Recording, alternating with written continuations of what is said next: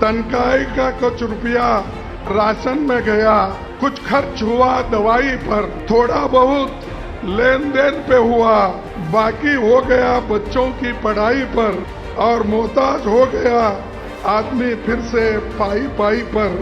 समझ में नहीं आता कि मैं क्या बोलूं महंगाई पर। तारीख 14 फरवरी 2015। कांग्रेस का एक नेता सदन में खड़ा होता है, पीएम मोदी के भाषण देने के तरीके की तारीफ करता है और कहता है, मोदी जी भाषण शानदार था, लेकिन भाषण से जनता का पेट नहीं भरता, भाषण से जनता की गरीबी दूर नहीं होती।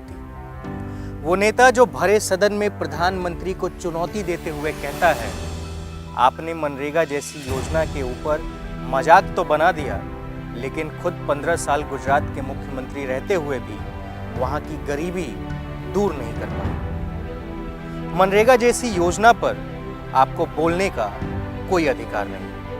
वो नेता जिसे सोनिया गांधी ने लोकसभा में कांग्रेस का मुखिया बनाया, जिसने अपने प्रतिनिधि भाषण में कहा था, हम लोकसभा में 44 हो सकते हैं, लेकिन पांडव कभी 100 कौरवों से डरेंगे नहीं। वो नेता जिसने कांग्रेस अध्यक्ष पद चुनाव के नामांकन के आखिरी दिन पर्चा दाखिल किया और करीब 7,000 मतों के भारी अंतर से जीत गया।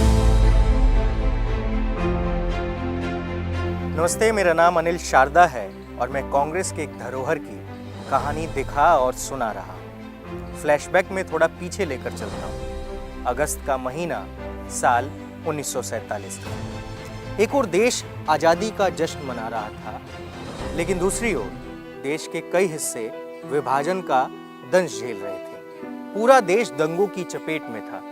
इसी दंगे में एक 5 साल के लड़के ने अपनी माँ और बहन को जिंदा जलते हुए देखा। दंगों के बीच पिता उस बच्चे को लेकर जंगल की ओर भाग गए। वहीं मजदूरी की, बेटे को पढ़ाया।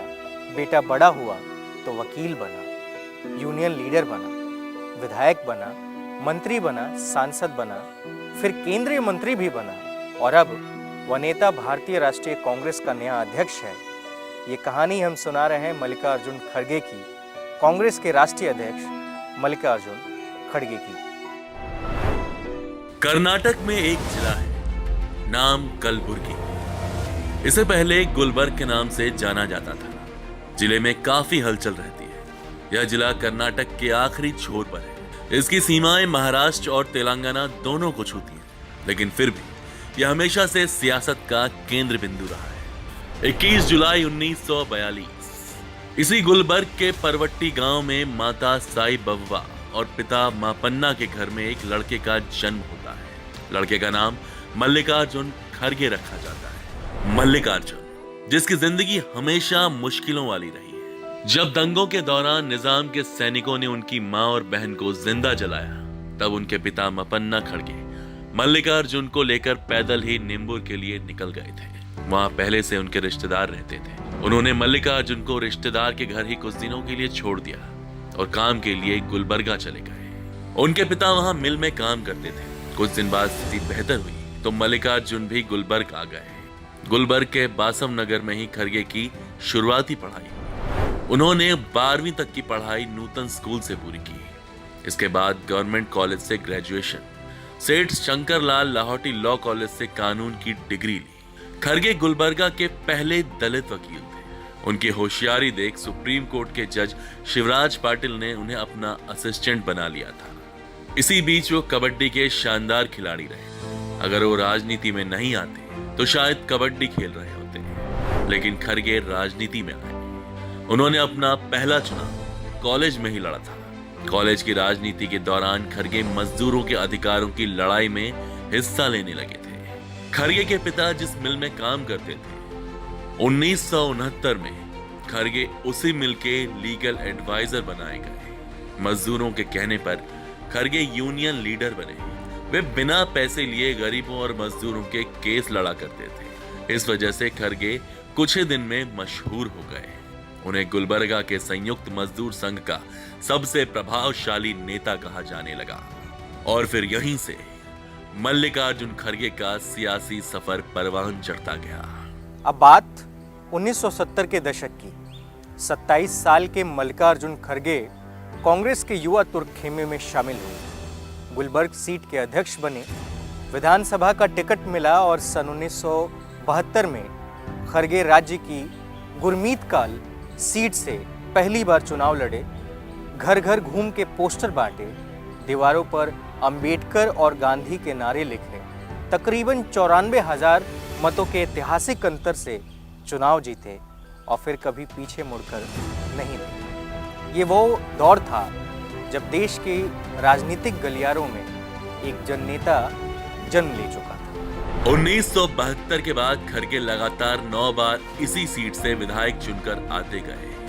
1976 में खड़गे पहली बार प्राथमिक शिक्षा विभाग में राज्य मंत्री बनाए गए। इसके बाद वो लगातार कर्नाटक सरकार में ग्रामीण विकास और पंचायती राज विभाग, राजस्व विभाग जैसे कई मंत्रालय संभालते रहे। फिर 1994 का वो साल जब राज्य का समीकरण बदल गया, कांग्रेस की सरकार चली गई।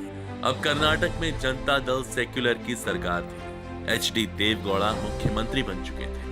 कांग्रेस विपक्षी दल की भूमिका में आ चुकी थी और खड़गे विपक्ष के नेता बना दिए गए थे। 5 साल बाद फिर समीकरण बदले और 1999 में कांग्रेस की सत्ता में वापसी हुई।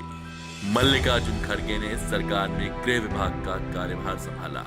सफर में थोड़ा आगे चलते हैं। ये वो दौर था जब खड़गे केंद्र की राजनीति में आ रहे थे। साल 2009 कांग्रेस ने गुलबर्ग से लोकसभा का टिकट दिया। खड़गे चुनाव जीतकर मनमोहन सिंह सरकार में कैबिनेट मंत्री बने और केंद्र की राजनीति में अपने सफर की शुरुआत की। साल 2014 जनता को फर्जी राष्ट्रवाद का पैम्पलेट थमाया जा रहा था। देश में अपने सियासी मंसूबों को पूरा करने के लिए नफरत भड़काई जा रही थी। इस नफरत की आंधी में कांग्रेस को सिर्फ 44 सीटें मिली। तब सत्ता विरोधी लहर में भी खड़गे चुनाव जीतकर लोकसभा पहुंचे थे। कांग्रेस ने उन्हें लोकसभा में पार्टी का नेता बनाया। उन्होंने पूरे 5 वर्षों तक पार्टी का पक्ष रखा। 2019 में चुनाव हारने के बाद 2020 में उन्हें राज्यसभा भेज दिया गया। खड़गे सिर्फ राज्यसभा ही नहीं भेजे गए, बल्कि उन्हें 2021 में सदन में विपक्ष का नेता भी बनाया गया। खड़गे अब 80 साल के हो गए हैं। 21 जुलाई को अपना जन्मदिन मनाते हैं। इस साल भी दिल्ली से लेकर गुलबर्ग तक उनके जन्मदिन पर जश्न की तैयारियां थी, लेकिन खड़गे ने जन्मदिन मनाने से इनकार कर दिया। वजह यह थी कि उसी दिन ईडी ने कांग्रेस की अंतरिम अध्यक्ष सोनिया गांधी को नेशनल हेराल्ड केस में पूछताछ के लिए बुलाया था। खड़गे ने जन्मदिन मनाने की बजाय अपनी नेता के लिए सड़क पर उतरकर प्रदर्शन किया। कांग्रेस और जनता के प्रति यही समर्पण उन्हें निरंतर चुनाव जितवाता आया है। कांग्रेस अध्यक्ष पद के नॉमिनेशन के आखिरी दिन उन्होंने पर्चा भरा, राज्यसभा में नेता प्रतिपक्ष के पद से इस्तीफा दे दिया, चुनाव लड़े और हमेशा की तरह इस बार भी जीत गए। इस 50 साल के राजनीतिक करियर में 2019 का चुनाव हटा दे तो खड़गे अब तक कोई चुनाव नहीं हारे। बहरहाल खड़गे अब कांग्रेस के राष्ट्रीय अध्यक्ष हैं। वो कांग्रेस के 18वें राष्ट्रीय अध्यक्ष चुने गए हैं। देश भर में 68 पोलिंग बूथ पर 9800 डेलीगेट ने मतदान किया था। शशि थरूर को 1072 वोट मिले। खड़गे के खाते में 7897 सदस्यों के वोट दर्ज हुए। कांग्रेस पार्टी ने अपना जनादेश खड़गे के पक्ष में दे दिया, लेकिन जीत जिम्मेदारियां लाती है। अब पार्टी की जिम्मेदारी खड़गे के मजबूत कंधों पर टिकी है। अब नए कांग्रेस की जीवन तस्वीर मल्लिकार्जुन खड़गे को ही लिखनी है।